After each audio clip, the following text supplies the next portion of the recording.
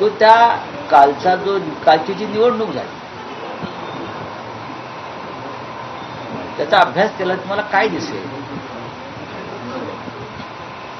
भारतीय जनता पक्षाच्या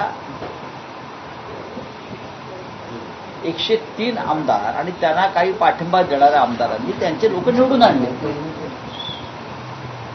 त्यांची तेवढी ताकद होती, त्यांनी निवडून आणले. शिंदे गट आणि अजित पवार गट हे विजयाचा कसला एवढा उन्माद करतायत? हे दोन गद्दार गट आहेत, त्यांनी आपल्या दोन गद्दारांना आपल्या मताच्या ताकदीवर निवडून आणले. हे आधीच फुटलेले आहेत. शिंदेचे काही 35-40 आमदार असतील, अजितदादा पवारांचे काही आमदार असतील. गद्दारांना निवडून आणण्यासाठी घेतलेली ही निवडणूक, ही झाली निवडणूक. आणि महाविकास आघाडीला काय फटका बसला मला सांगा तुम्ही? काँग्रेसचा उमेदवार निवडून आणला. शिवसेनेकडे कोटा नसताना सुद्धा शिवसेनेनं उमेदवार टाकला आणि काँग्रेसच्या मदतीनं आम्ही आमचा उमेदवार निवडून आणला.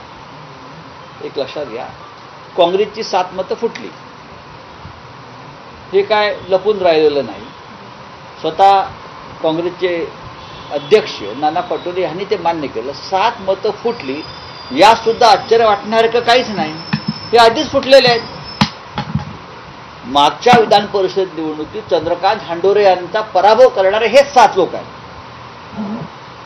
चंद्रकांत हंडोरे हे जे निवडणुकीत पराभूत झाले 2 वर्षापूर्वी, तेव्हाही या 7 लोकांनी बेईमानी करून आपल्याच उमेदवाराला पाडलं होतं. त्याच्यामुळे आम्हाला फार मोठा धक्का बसलाय किंवा महाविकास आघाडीला धक्का बसलाय हे मानण्याची गरज नाही. आमची जेवढी शिवसेनेचं एकही मत फुटलं नाही. राष्ट्रवादी काँग्रेसची मतं ही भाई जयंतराव पाटील यांना 12च्या 12 मतं पडलेली आहेत. आणि काँग्रेसची जी मतं होती 7, वारंवार सांगतोय, ही गेल्या 2 वर्षापासून काँग्रेस बरोबर नाहीत. ती कागदावर आहेत आणि ती नावांसह समोर आलेली आहे. या 7 लोकांनी मागच्या वेळेला चंद्रकांत हंडोरे यांचा पराभव केला.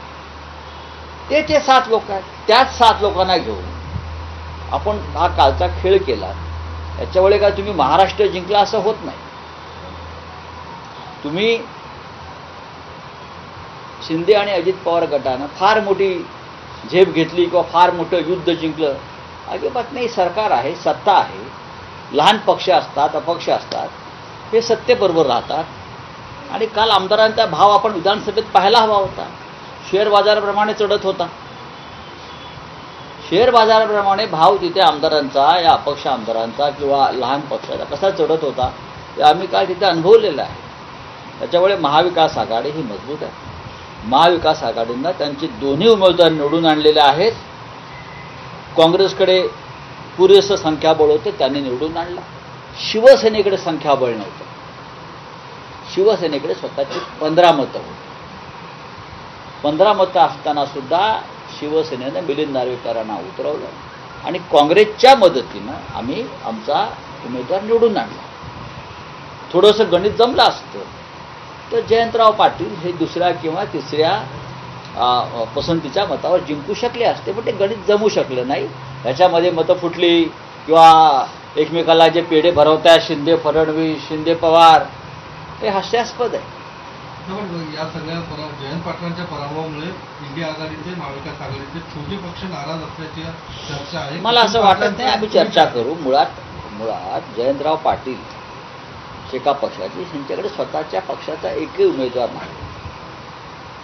जे इतर घटक पक्षांवरती आम्ही अवलंबून होतो ते समाजवादी पार्टीचे लोक असतील किंवा MIM असेल, अन्य काही एक पक्षवाले लोक आहेत जे बच्चू कडू नेहमी गर्जना करत असतात. हे सगळे लोक हे शेवटी सत्ताधारी सरकारबरोबर गेले. त्याच्यामध्ये काय फार मोठं.